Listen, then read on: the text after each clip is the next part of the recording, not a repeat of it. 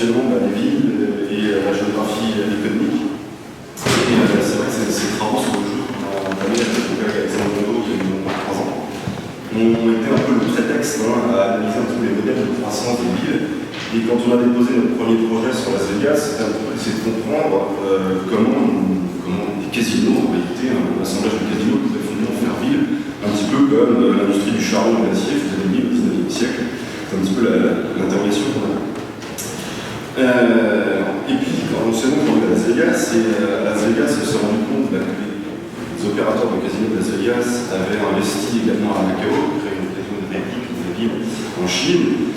Et donc on s'était dit, mais là il y a véritablement un essor des jeux dans le monde, et le casino devient de plus en plus un outil d'aménagement du territoire, des développements urbains, donc il faudrait qu'on puisse véritablement investiguer ça. Et on s'est dit, si GIS nous accorde un deuxième financement pour aller voir ce qui se passe à Macao, ce serait vraiment bien. Et d'autant que ça nous permettrait quelque chose qu'on peut rarement faire en géographie économique aujourd'hui, c'est-à-dire qu'en gros, le géographe est très attaché à son territoire, et dans la mondialisation, il regarde les entreprises passer sur son territoire, on n'arrive pas à les suivre. Et là, il y avait véritablement un pari méthodologique et épistémologique à conduire, à savoir essayer de tenter pour une fois de suivre des entreprises dans la mondialisation, sans connaître véritablement les territoires dans lesquels elles s'implantent. Et là, je remercie vraiment Régis parce que pour le fait de nous avoir permis de réfléchir un nouveau champ thématique qui est la géographie des jeux, ça nous a aussi permis d'apporter des nouveautés dans la géographie économique, et ça c'est vraiment super. Donc voilà, donc aujourd'hui je vais vous présenter un travail qui essaie de comparer un petit peu ces deux modèles de croissance que sont celui de Las Vegas et de Macao. Et on va voir que derrière l'apparente ressemblance formelle de ces deux villes, on voit bien sur cette photo, je crois que José Masculou qui a mis à votre gauche, c'est Las Vegas, à droite c'est Macao. Eh bien en réalité, se cache de profondes différences, on regarde un petit peu plus en détail des modèles de développement de ces villes. Alors, dans ma partie, je vais m'appeler quand même à vous énumérer un petit peu les ressemblances de ces deux villes, puisqu'elles sont assez riches dans ces niveaux.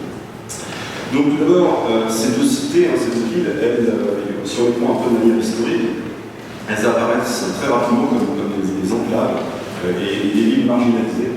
Des enclaves territoriales, tout d'abord, la première à avoir connu une industrie du jeu, c'est évidemment Macao, qui se situe, alors c'est pas très vite sur la carte de vidéo, mais tout en bas, au sud-ouest de l'agglomération de l'État de la Rivière des Pères, une énorme agglomération aujourd'hui qui compte quasiment 70 000 habitants.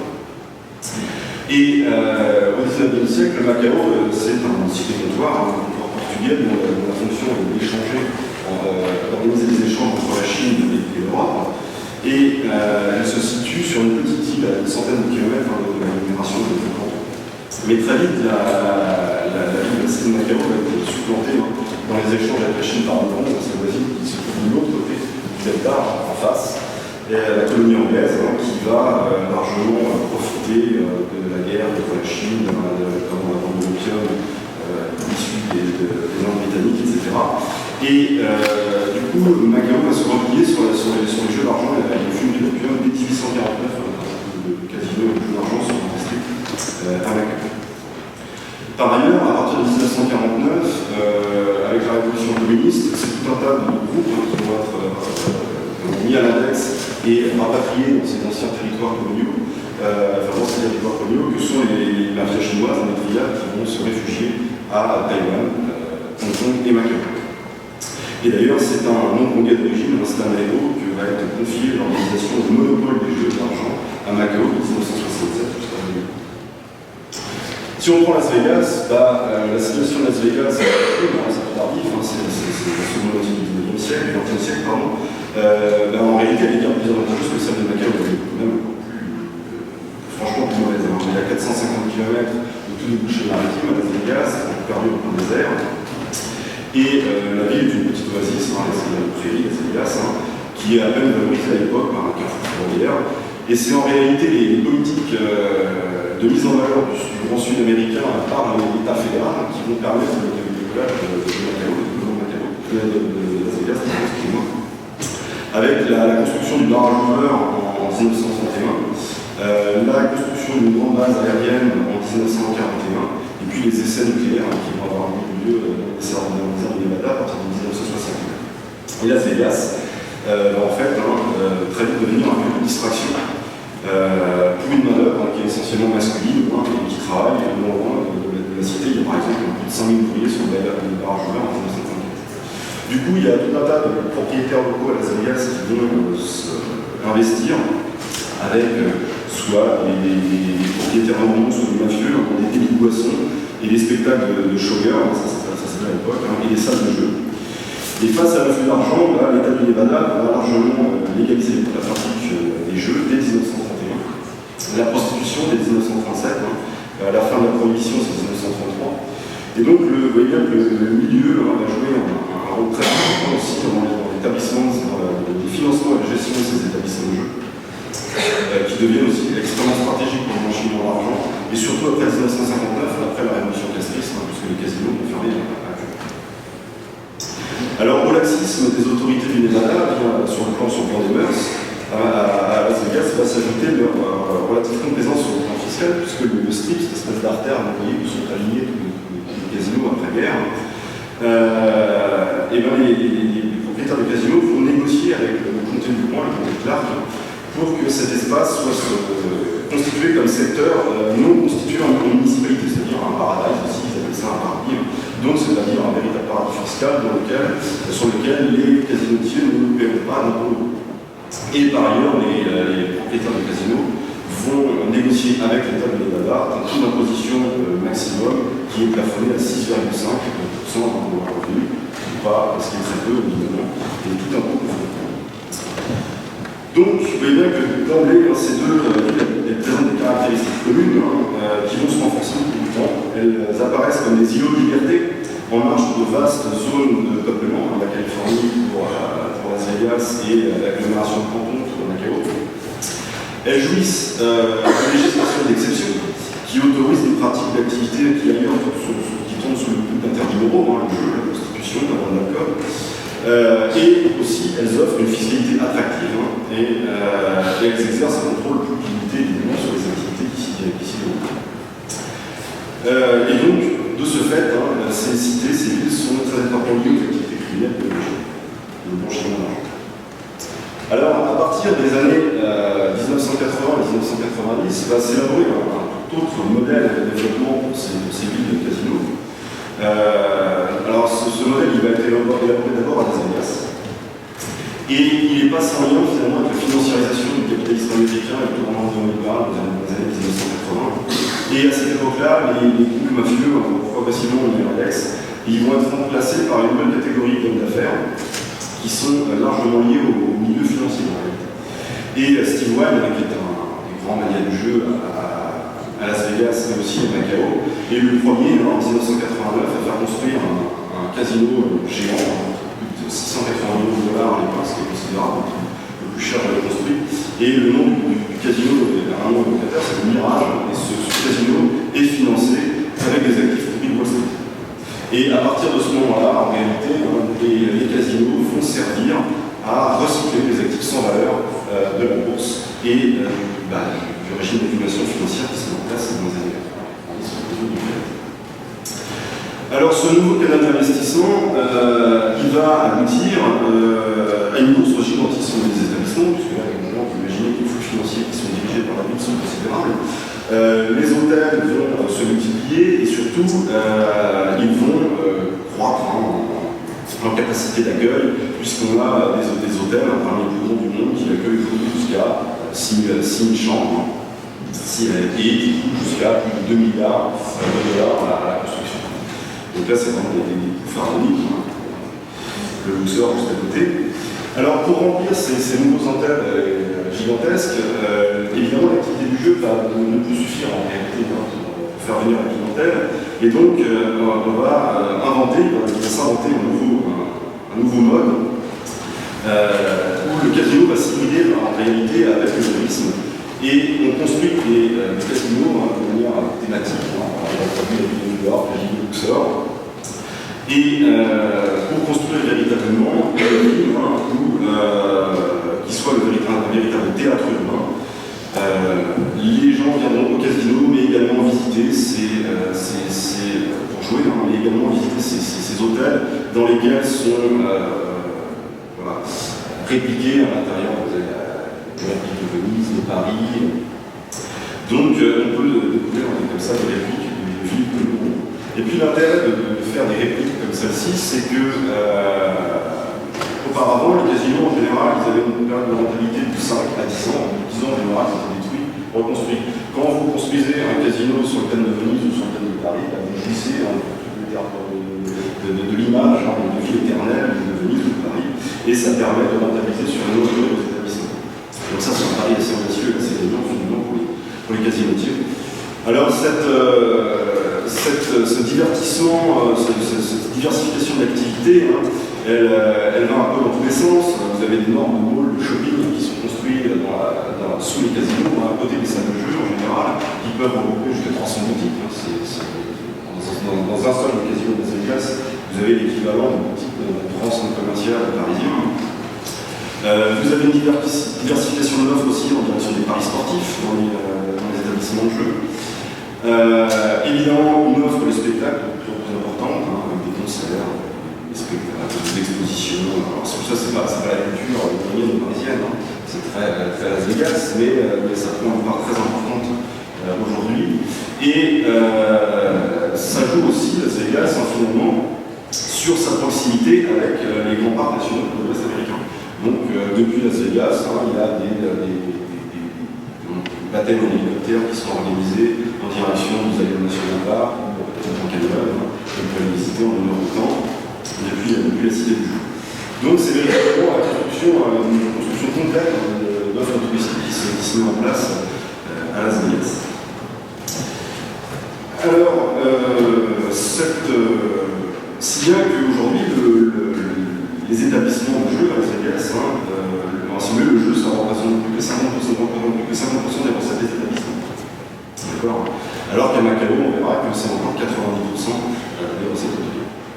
Alors Macao, au début des années 2000, va se lancer dans une stratégie de mise en tourisme qui est identique à celle de Las Vegas, et elle va jouer évidemment avec ses atouts. Et elle va largement s'appuyer sur son patrimoine architectural.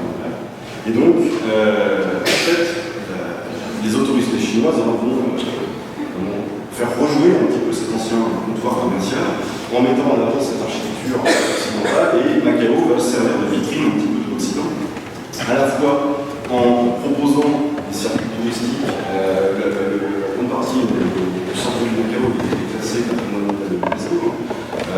Toutes les façades, les rues ont été largement rafraîchies, même si derrière on va également créer des grands malls commerciaux avec des grandes enseignes du prêt-à-porter occidental, c'est Ralph Lauren, etc., avec des décorations, des sculptures de Jeff et évidemment, on va implanter des grands hôtels, des grands casinos. Donc là, vous voyez, par exemple, des photos prises depuis la citadelle. On voit des casinos de Macao. Et vous voyez que cette ville, elle s'insère dans une gigantesque agglomération, hein, qui est celle du détroit de la rivière de Perle, qui compte, je vous le rappelle, 70 millions d'habitants. Alors, ces casinos à Macao, là vous avez une photo des casinos qui étaient la propriété des casinotiers chinois en réalité, hein, et donc de la famille Ho, de Stanley Ho. Donc des casinos assez baroques, hein, dans l'architecture. Et à partir de 2001, alors ces casinos, je vous montre juste une petite carte, ils sont dans la partie nord de Macao, celle qui est écrite en rouge, hein, donc l'île. Donc il va y avoir une partie de ces casinos qui vont s'implanter tout au sud de cette première île de Macao. Et ensuite, il va y avoir une grosse opération sur l'île du Sud, hein, qui est en réalité une grande partie de l'île a été polymérisée. C'est une île complètement artificielle qui a été fabriquée à côté d'un aéroport international pour construire un espace totalement dédié à la venue de ces casinos internationaux. Et donc, à partir des années 2000, hein, vous avez l'arrivée de ces grands groupes états-uniens essentiellement, hein, qui vont construire des répliques assez fidèles en réalité, des établissements qui ont fait la recette de leur succès à Las Vegas. Donc vous avez le casino du groupe Sands qui reprend Venise, l'un des casinos de Steve Wynn également. Si bien que, d'un point de vue formel, aujourd'hui, il est très difficile, a priori, de distinguer les deux villes de l'une de l'autre. Vous avez une photo de jour avec les mêmes tours Eiffel, les mêmes compagnies, exactement la même architecture. Alors, Macao devient donc une réplique de Las Vegas, mais on pourrait s'en tenir à ce simple constat et conclure que finalement on a une mondialisation qui, des États-Unis à la Chine, uniformise tout, implique les mêmes modèles de développement et les mêmes formes urbaines, mais ce serait conclure un peu vite. Et l'intérêt, c'est d'aller fouiller un petit peu ce qui se passe derrière ces villes du jeu, de rentrer plus profondément dans les modèles de croissance. Alors, en réalité, il existe tout un ensemble de différences entre ces deux villes. Alors, il y en a qui sont très directement observables sur le terrain, très facilement. Tout d'abord, la provenance de la clientèle n'est pas du tout la même. À Macao, on a essentiellement une clientèle chinoise. C'est pas du tout fait pour les Occidentaux. D'ailleurs, vous ne croisez pas assez peu d'Occidentaux, vous n'en voyez jamais dans Macao. Alors qu'aux États-Unis, la clientèle est un peu plus internationale. Le rapport au jeu de la clientèle est complètement différent. D'ailleurs, à Macao, les gens sont beaucoup plus joueurs, beaucoup plus consommateurs de jeux. Ils ne jouent pas aux mêmes jeux, ils pratiquent essentiellement les jeux de table, alors qu'à Las Vegas, c'est le gambling, c'est la machine à sous qui fait les recettes des établissements. La mise des joueurs est très différente. En général, un joueur moyen à Las Vegas, il mise $20. À Macao, il mise $100. C'est vraiment des gros enjeux à Macao. Donc les casinos sont beaucoup plus profitables aussi à Macao qu'à Las Vegas.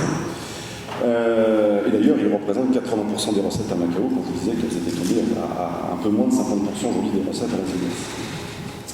Alors, il y a aussi d'autres différences.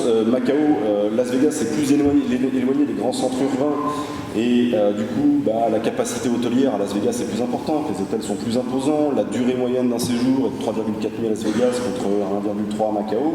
Bon, la disposition des casinos est un petit peu différente, on a un long linéaire, le strip à Las Vegas et un quadrilatère à Macao, les gens viennent en bus à Macao, en voiture à Las Vegas, quelques différences un peu comme ça, formelles qu'on peut voir.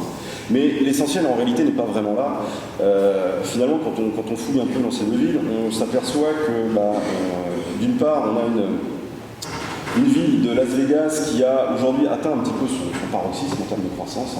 Depuis une dizaine d'années, en réalité, le chiffre d'affaires des établissements et la fréquentation de la ville stagnent, même si... entendons bien que Las Vegas est la première destination touristique au monde encore à l'heure actuelle. Alors que Macao semble connaître un essor faramineux. Et aujourd'hui, les recettes du jeu sont plus importantes à Macao qu'à Las Vegas. Et puis surtout, c'est derrière tout ça les modèles de croissance qui vont vraiment différer, avec d'un côté une ville de Las Vegas qui, pour trouver des nouveaux relais de croissance aujourd'hui, est obligée de se comporter comme une sorte de paradis fiscal. On va le voir, alors que Macao, son développement repose véritablement sur une politique conduite par l'État dans une véritable logique d'aménagement du territoire. Alors, si on prend justement l'exemple de Macao, pour vous montrer vraiment la différence, la vague d'investissement américain qui a lieu sur le territoire, là, je vous ai listé un petit peu tous les établissements qui arrivent dans les époques, soit ceux qui s'implantent dans le vieux Macao et ceux sur le nouveau polder dédié au jeu, la taille des établissements et le coût de ces établissements, vous voyez, ça se chiffre toujours en milliards, c'est vraiment considérable. Alors on pourrait dire que si on avait une lecture un peu simple, que les opérateurs étrangers ils mettent la mainmise sur l'économie de Macao, en réalité, pas du tout. Les autorités chinoises veillent très scrupuleusement aux affaires. Et il faut bien voir que cette arrivée des casinotiers américains essentiellement, parce qu'il y en a un peu d'autres, mais c'est essentiellement des Américains, il faut la voir déjà comme un transfert de savoir-faire. Les Américains, les autorités chinoises, les casinos qu'on a vus, celles de la famille Ho, n'étaient pas du tout au standing des casinos américains. Et là, on les fait venir pour en fait les copier, pour apprendre des choses de leur part. En plus, ce sont des enseignes vitrines qui ont fait preuve d'un certain succès à Las Vegas, donc on est certain que l'opération qu'on est en train de mener, elle va plutôt fonctionner avec ces grands opérateurs de jeu qui ont déjà une renommée internationale. C'est aussi sans doute, alors ça c'est difficile à prouver parce que personne ne vous donne des chiffres, personne ne vous dit oui, personne ne vous explique les choses, hein, mais sans doute c'est un moyen aussi de faire supporter à ces opérateurs étrangers le coût de la poldérisation et de la construction de l'île de Kotai. C'est des choses qui sont extrêmement chères. Hein. Alors pareil, on a peu de chiffres, mais si on prend par exemple le territoire de Kotai, hein, c'est 6 km². Si on prend les 6 hectares qui sont gagnés en ce moment sur la mer à Monaco, ça coûte à peu près 850 millions d'euros. Donc vous voyez, hein, quelque chose qui est 10 fois plus petit, ça coûte déjà pratiquement 1 milliard. Donc à Kotai, c'est pharaonique. Et surtout, l'État chinois, il conserve une mainmise, hein, vous allez voir sur le rente. Il impose par exemple aux opérateurs étrangers hein, de s'associer automatiquement à des opérateurs chinois, comme il l'a fait depuis toujours en Chine. Les entreprises qui s'importent en Chine comme ça, hein, par des systèmes de joint venture. Hein, et les casinotiers américains sont en réalité propriétaires à 50% simplement des établissements. Et l'autre partie du casino hein, est généralement sous le contrôle de la famille Ho, hein, qui détenait ce monopole sur les jeux depuis 1967. Généralement, c'est les enfants de Stanley Ho qui ont été mis à la tête des casinos. Il n'y a que le groupe Sands hein, et son fameux son casino dans la ville de Venise hein, qui aurait échappé à ce système de joint venture. Alors on dit que c'est parce que Shelton Adelson, hein, le mania des jeux américains, aurait permis à la Chine d'obtenir les Jeux Olympiques de 2008. Hein. Il aurait intercédé auprès du Congrès américain pour que les Américains ne bloquent pas la candidature de la Chine, et ça aurait été certainement un remerciement. Mais ça, c'est très difficile à trouver, des choses comme ça, personne ne l'a écrit noir sur blanc. Hein. Donc voilà. Alors autre élément, c'est quand on compare un petit peu le coût de l'aménagement de ces hôtels casinos, ben, on s'aperçoit qu'à Macao il coûte 2 fois plus cher qu'à Las Vegas, alors que les hôtels sont 2 fois plus petits. Si vous prenez par exemple les casinos du groupe Wine, à Las Vegas, le plus grand d'entre eux, il compte 4700 chambres, il a coûté 2,7 milliards de dollars. À Macao, pour 1750 chambres, l'établissement a coûté 4,4 milliards de dollars. C'est encore plus vrai pour l'un des casinos de la MGM, hein, qui a coûté 1,1 milliard de dollars en 2000 à la MGM à Las Vegas, hein, pour un hôtel de 6800 chambres. Et à Macao, il a coûté 3,4 milliards de dollars et pour un hôtel de seulement 1400 chambres. Donc, on se demande hein, là-dedans si en fait il n'y a pas un véritable ticket d'entrée à payer pour pouvoir faire du business en Chine et à Macao. Enfin, le gouvernement chinois, il a une mainmise sur les rentes, tout simplement parce qu'il exerce un contrôle d'échange extrêmement sévère. Hein. Les Chinois ne laissent pas les devises chinoises hors de Chine. Et donc,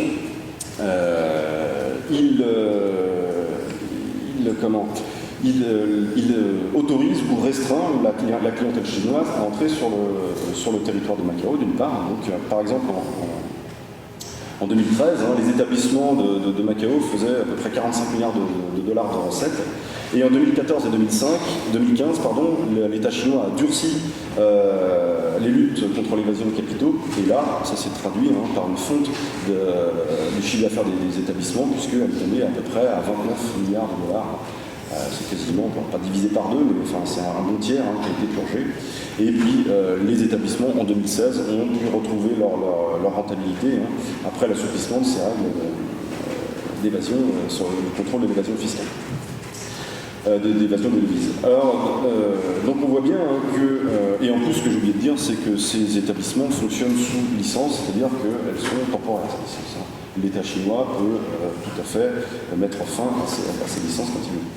Donc de ce point de vue, Macao offre vraiment le visage hein, d'un capitalisme étatisé, qui est certes ouvert aux investissements étrangers, hein, mais qui est désireux de conserver un contrôle sur les rentes. Et on va voir hein, qu'elle offre aussi un modèle de développement qui est singulièrement différent de celui de Las Vegas.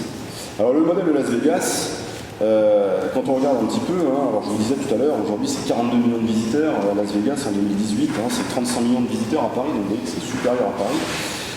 Donc c'est la plus importante destination touristique mondiale. Mais si on observe un petit peu sur le temps long, bon, il y a quelques dapos que je ne vous ai pas montré, on s'aperçoit hein, que à la fois le nombre de visiteurs et les revenus des casinos stagnent depuis une dizaine d'années. Hein, ils ont même chuté pendant la crise de 2008-2009. Ils sont en pleine stagnation. Or, dans le capitalisme financier, on a beau être la première destination du monde et avoir des recettes importantes, ce qui compte, c'est la dynamique, évidemment, hein, et la dynamique de croissance. Or, Las Vegas, pour pallier un petit peu ce problème de dynamique de croissance, c'est déjà ce qui a poussé les opérateurs de Las Vegas à aller à Macao, vraiment dans une logique de relais de croissance. Mais la ville, elle fait face à une concurrence intérieure, c'est-à-dire qu'il y a plus de 400 casinos dans les réserves indiennes qui ont un chiffre d'affaires cumulé qui équivaut à Las Vegas. Il y a la concurrence de Macao, évidemment, des croisières au départ de Miami qui vont dans les Caraïbes, qui proposent tout un tas de croisières à thème. Les îles de la Caraïbe, de plus en plus, ont ouvert des casinos, donc il y a une véritable concurrence internationale. Donc, Las Vegas, pour pallier ces difficultés, s'est engagé dans une logique de dumping fiscal, en réalité à tout niveau. Elle a voulu diversifier ses activités en attirant des productions cinématographiques, d'une part, avec un certain succès, puisque la ville bénéficie d'un ensoleillement quasiment toute l'année. On est très proche de Los Angeles. On a des espaces pour construire des entrepôts de cinéma, des studios de tournage assez faciles. On a des beaux paysages. Voilà. Donc il y a tout un tas de séries de productions de Hollywood qui ont migré vers Las Vegas. Dans le domaine du sport, ça a bien marché aussi dans cette logique de dumping fiscal, puisque la ville de Las Vegas a construit un nouveau stade de 60 000 places pour un coût de 1,9 milliard et a permis d'attraper l'équipe des Raiders d'Oakland, qui est une équipe de foot, qui s'est installée à Las Vegas. Elle a monté également une nouvelle équipe de hockey. Elle a cherché, alors avec beaucoup moins de succès, à attirer les entreprises high-tech de la Silicon Valley. Et surtout, le nouveau relais de croissance aujourd'hui à Las Vegas, c'est la culture et la commercialisation du cannabis. Depuis 2 ans maintenant, Las Vegas s'est véritablement lancé là-dedans. Et elle ambitionne de devenir le premier lieu de vente et de commercialisation du cannabis aux États-Unis et sans doute dans le monde. Donc vous voyez bien que cette orientation qui ajoute le produit de l'évasion fiscale et de la vente de drogue à celui de la prostitution, des jeux, et voilà, donc ça montre bien la pesanteur des spécialisations historiques dans ces villes. Et en ce début du XXIe siècle, Las Vegas tire plus que jamais sa prospérité d'une législation parmi les moins disantes, les plus axées sur le plan moral et fiscal, en réalité. Reste néanmoins que cette orientation, on pourrait en discuter, vers un paradis fiscal. Le Nevada est un paradis fiscal au même titre que le Delaware ou le Wyoming, puisqu'elle assure un anonymat des comptes. Cette orientation économique, elle pose quand même la question, c'était l'apanage généralement des micro-États, de Luxembourg, de Singapour, etc. Comment un grand État comme les États-Unis peut-il mettre en place une politique comme ça de dumping fiscal dans certains États sans qu'il y ait une conflictualité sociale. Donc ça reste à discuter. Alors, à Macao, c'est pas du tout la logique qui prévaut, évidemment.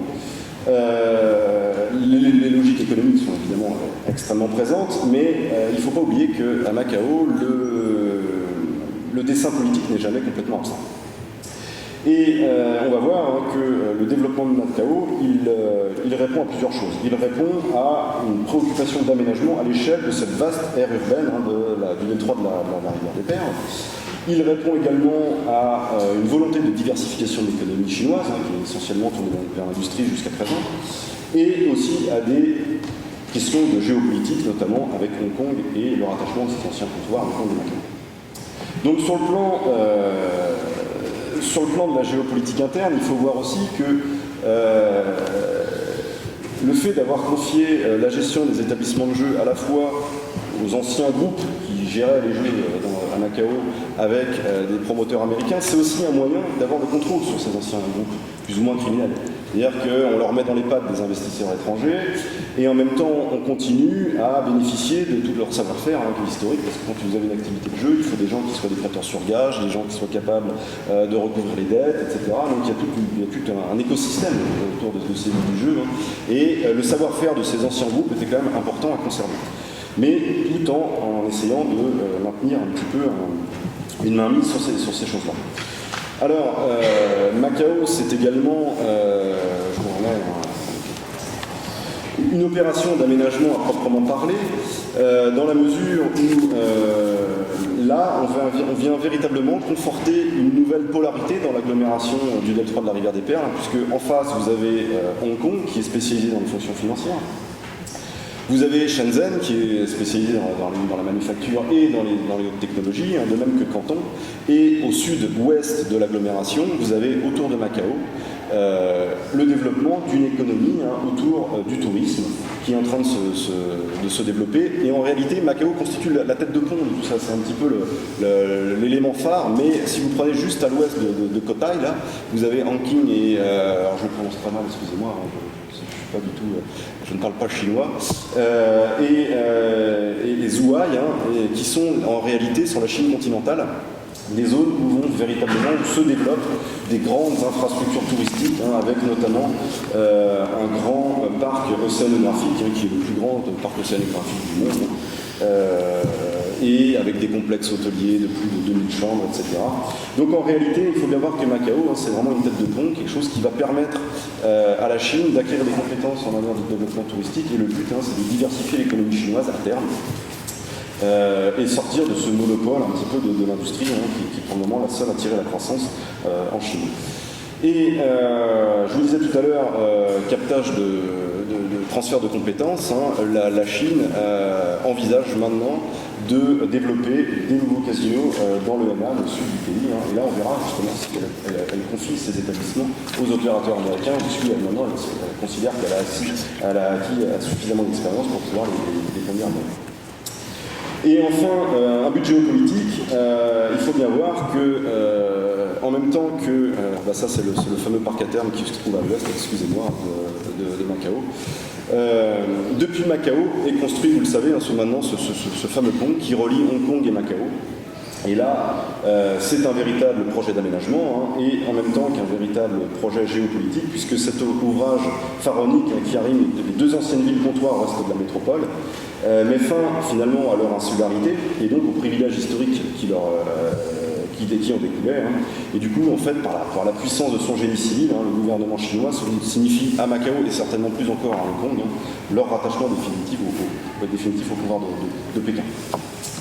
Alors pour conclure très rapidement, parce que visiblement je suis arrivé à la fin de mon temps, vous voyez bien que ces casinos, ils prennent une importance considérable en réalité dans le capitalisme contemporain. À la fois ils servent à blanchir l'argent, mais de manière plus discrète aussi à recycler les actifs du système financier. Et dans un capitalisme qui se financiarise de plus en plus, c'est important.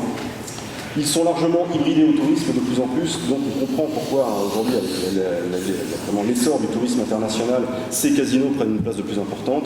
Ils sont au cœur de grands projets d'aménagement dans plein de villes dans le monde, justement, dans des projets de mise en tourisme.